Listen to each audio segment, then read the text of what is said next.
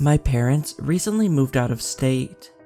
They invited me over to their new place for the holidays. I packed and left with my girlfriend and our dog. It was about an 8-hour drive, not so much because of the distance, but the roads were impossible to navigate. The final 2 hours of our journey were solely focused on traversing the winding mountain roads and looking for this town that practically didn't exist. The worst part is driving through absolute wilderness, where roads can be completely blocked off by downed trees or other natural obstacles, where there's no cell connection and you're completely isolated. We arrived at their house in the late afternoon. It was a small 2-story house on a narrow winding road backed by woods. When we arrived, we were greeted by my parents. They didn't seem happy to see us, but I wrote this off as it just being a bit later than they'd hoped. They invited us in and began preparing dinner. The house was small but impeccably organized. Not clean but tidy. It reminded me of my grandparents' house when I was a kid. Everything was kind of old and gross, but it was kept neatly.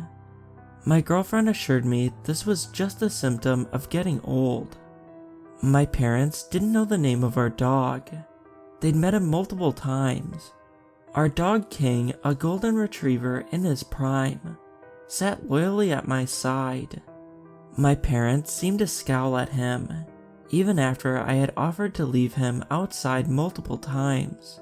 Needless to say, I was a bit perturbed by my parents' sudden shift in personality, but I was unsure how to approach them about the subject.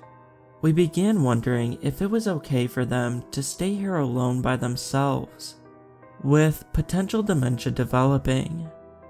It was then that I felt a presence, a sort of unwelcoming heaviness in the air. My girlfriend and I both looked to the door to see the shadows of feet cast beneath it. After a moment, they continued down the hall. The next day, King was barking incessantly at my mother. We were sent to get groceries in town. Everyone I met on my journey to the store was friendly and talkative. It made me feel better about the whole situation.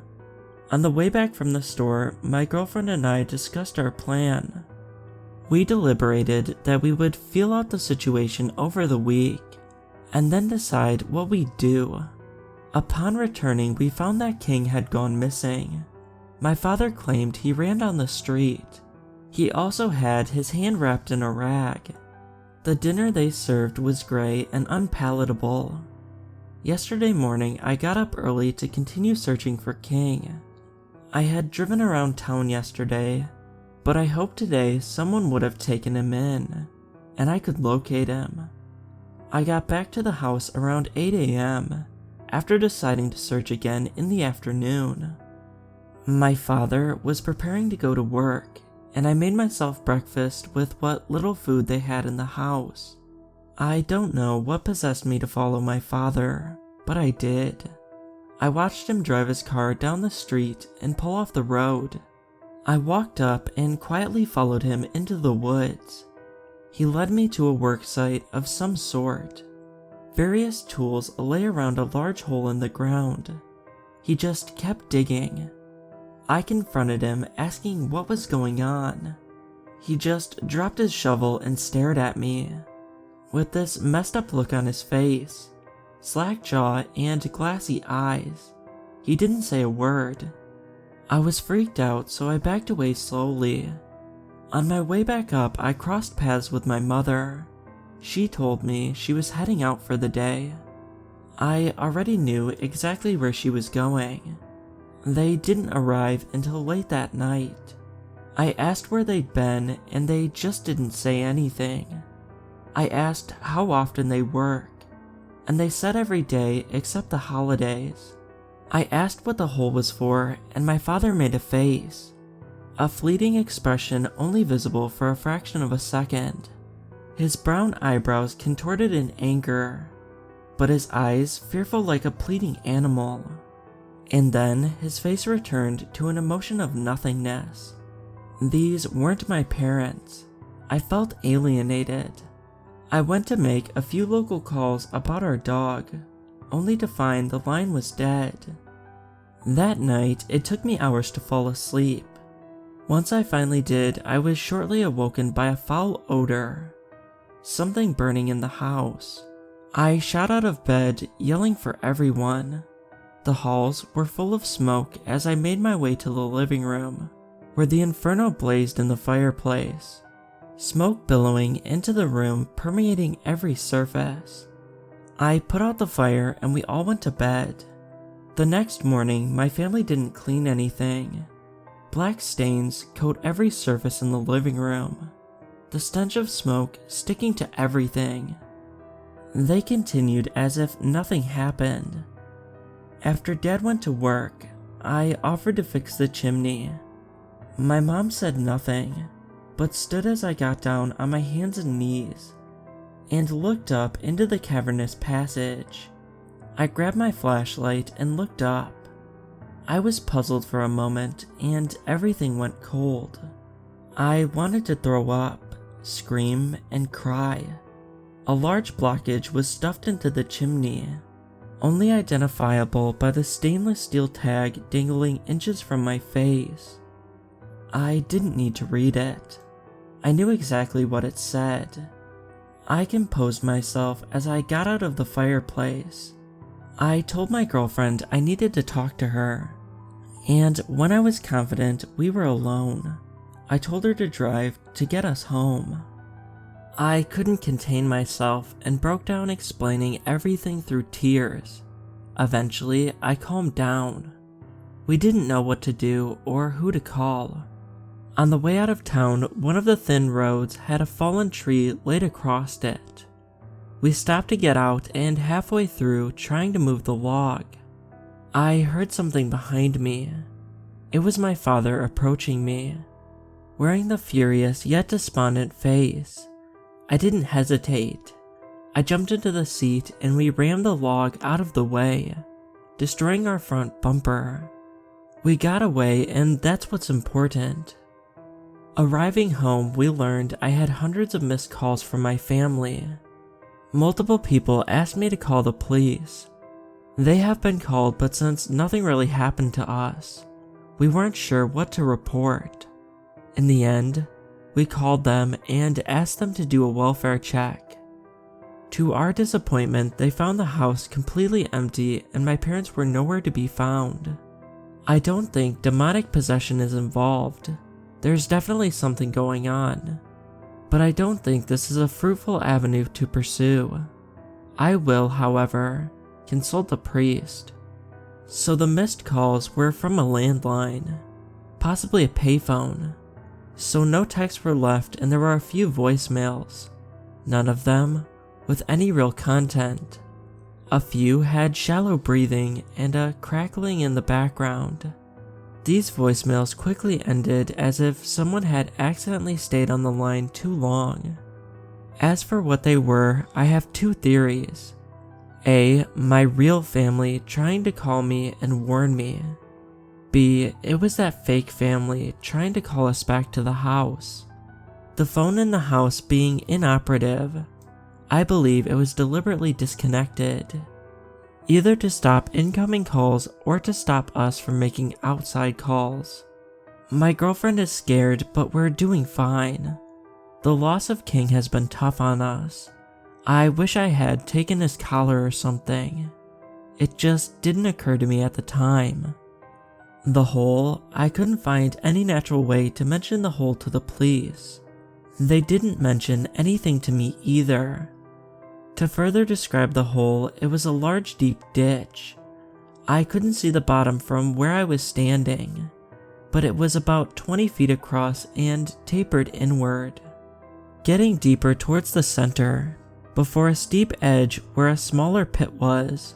The smaller pit I couldn't see the bottom of, but it was the size of a well. Any other questions or comments will be answered in future parts. Here's what happened in the past week. The first day was normal. We unpacked what little luggage we had in our car. We left a large amount of our belongings in the house.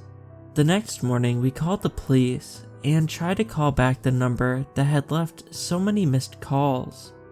This proved unfruitful. I had trouble sleeping that night. I kept getting spooked by normal small noises around the house, scared to even get out of bed. In the morning, I sat with my coffee staring out into the backyard. This is when I noticed the dirty set of footprints tracking across our porch. They were large boot prints circling the house. It might seem immature, but I cried. I was so exhausted and stressed, the roller coaster of emotions finally weighed on me. I showed my girlfriend, but she was only interested in rationalizing. She explained it was probably a neighbor or someone we had doing yard work. I agreed with her to avoid conflict. I knew it was a lie. Later in the evening, I was smoking out back, a habit I had successfully broken only recently. From the edge of our yard, I heard a familiar heartbreaking sound. A light, subtle, palpable jingling noise. I shot up in my chair, a mix of excitement, relief, and fear coursed through my veins. I slowly walked to the edge of the yard. I approached a crouched, low form, stalking in the brush. I was met with a low, threatening growl. As I backed away, I could see the glint of bare teeth in the encroaching moonlight, possibly also the reflective eye of an animal. I retreated to the house and didn't mention anything to my girlfriend, but I'm sure now she knew something happened. All night, we listened to the sounds in the yard. The running, growling, barking, and the heartbreaking jingle. Occasionally a scratch at one of the doors or windows. At some point, I fell asleep from the exhaustion. Yesterday morning, I ventured outside to take a look again. Paw prints circled my home. Some of the prints were on the wall, where the beast jumped up to peer into our home. I went to work as if nothing was going on. At work, I couldn't help worrying. I couldn't get anything done. On my way home, I received a call from my girlfriend that someone was trying to get inside the house. I'm usually a very safe driver, but my foot was on the floor the whole way home. When I arrived, the door was wide open, a large footprint in the center of the door, with splinters of the frame littering our front room. I feared the worst and called out to my girlfriend. She screamed from the bedroom. I grabbed a knife from the kitchen counter and rushed in. There was no one in the room besides us, and I comforted my girlfriend as she told me what happened. "It was your father, but there's something wrong. It's not him," she whimpered in my arms. Before I could even process what had happened, a sound came from the other room. This is when I remembered that the door was left wide open. Peeking around the kitchen, I came face to face with him, my father. He looked taller in filthy, ragged clothes. His skin was loose, pale, and sickly. His eyes dark and inhuman. Something subtle about the eyes were what gives it away. The angle or shape is just so slightly different. He lurched forward slowly before speaking, in a disjointed and labored tone. "You know, you really upset your mother leaving without telling anybody. We were supposed to have a nice family Christmas. I was going to ask you to come work with me. Now, I want you to apologize. I want you to come back and..." He was cut off. As he made his advance, I kept the knife hidden. Before he could finish his reprimand, I pounced, slamming the knife down into his collarbone. An unholy shriek rang out into the room, so loud it left my ears ringing. A torrent of black blood spewed forth onto me and the carpet, as my father scuttled out of the house on all fours. The blood burned my skin and left dark stains on the carpet. I sat crying over the event. This morning, I cleaned up the house a bit as we debated calling the police. We came to the conclusion that we were in too deep. I had potentially just killed someone I had previously conducted a search on. We figured we would just fold off for now.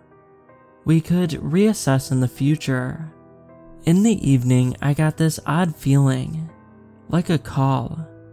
It was one word over and over. Home.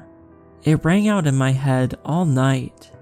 In the last hour, I was helping replace our front door when I heard a rustle from the nearby bushes. I can't recall what made me pursue it. The growling came as I knelt down in front of the bush. I reached out an arm, the growling fell slightly. King? I called out, tears welling. In an instant, the form struck forward.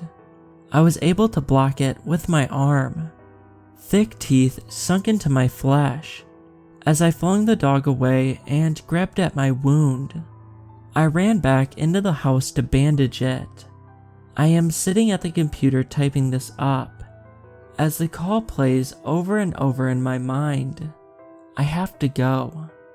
I have to go back. Home.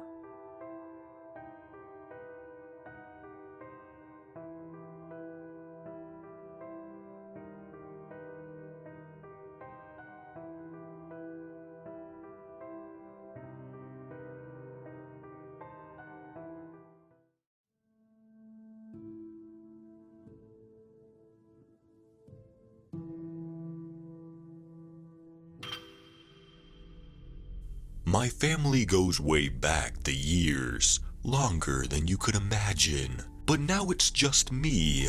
A few nights ago, I woke up to find 14 dead bodies in my room. I screamed, I wailed around, I shouted, I panicked, and I waltzed in circles over the legs of the dead bodies. As I ran out of my bedroom, I noticed more and more dead bodies, just sitting there. But I noticed something. There was my mom and granddad, who both died 2 years ago. I couldn't really make out who anyone else was. The weird thing was, they looked fine, intact. They looked exactly how they were before they died. Same clothes and everything. As I was carrying out my investigation as to the piles of dead bodies in my hallway, I heard an unfamiliar voice call my name from downstairs. I immediately froze. I went down, trampling over dead body after dead body. Everything was now silent around the house, but as I was walking around, more and more demonic whispers called my name. The bodies would come to life and shout my name before returning to their dead state, and I had confirmed it. My whole bloodline was in my house, all dead. Sometime after, I woke up again randomly, fully aware of what just happened. I lifted my head up, and it was not my own bedroom.